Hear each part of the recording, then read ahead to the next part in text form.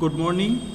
Today we will discuss about the powers of the Supreme Court or the functioning body of the Supreme Court from the Judiciary chapter class 5. Okay. So Supreme Court. India has a single judicial system for the entire country connected by a number of courts with the Supreme Court. Means the high courts and the other lower level courts are connected to Supreme Courts. So it is the apex or the higher authority in the law sector.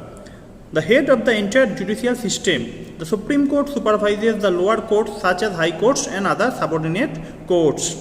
Okay, the Supreme Court has been given various powers. Some of those include transferring any civil or criminal case from one state high court to another state high court, from a subordinate court to another state high court.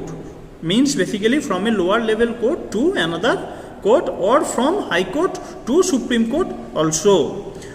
Withdrawing any, disposing any case pending before the high court. Then initiating international commercial argument or disagreement. Review its own judgment or order in a civil or criminal proceedings. Okay.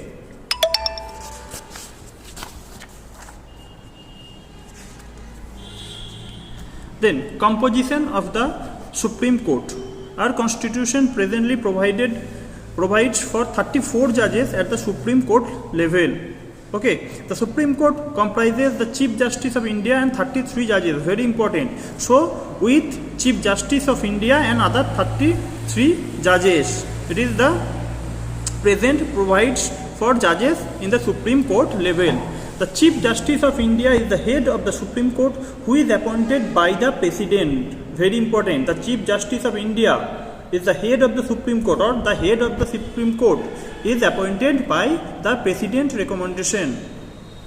By the President on the recommendation of the Prime Minister. Very important, it can come in exam. The Prime Minister himself is given the recommendation by outgoing Chief Justice and Union Minister of Law, Justice and Company. And the other judges of the Supreme Court are appointed by the President, who acts on the advice of the Union Cabinet. What is the qualification to being a judge of the Supreme Court? A person is qualified for appointment as the judge of the Chief Justice only if he is a citizen of India and also fulfills the following conditions. The conditions are: he has been a judge of High Court at least for 5 years, or has been advocate of High Court for at least 10 years. It is a distinguished jurist in the opinion of the President. Okay. Next, tenure. The Chief Justice of India and other judges of the Supreme Court hold office till they attain the age of 65 years old. Okay. Or a judge can voluntarily resign before the expiry of its term. Okay. Then,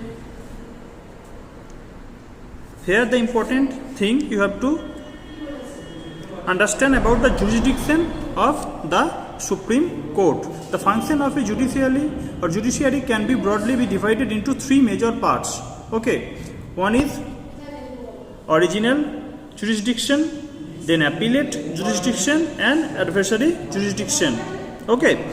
The original jurisdiction means the original includes the disputes between the union government and one or more states, or union government or one or more states in one side and one or more states on the other side, and between 2 states. The Supreme Court also deals with the violation of fundamental rights.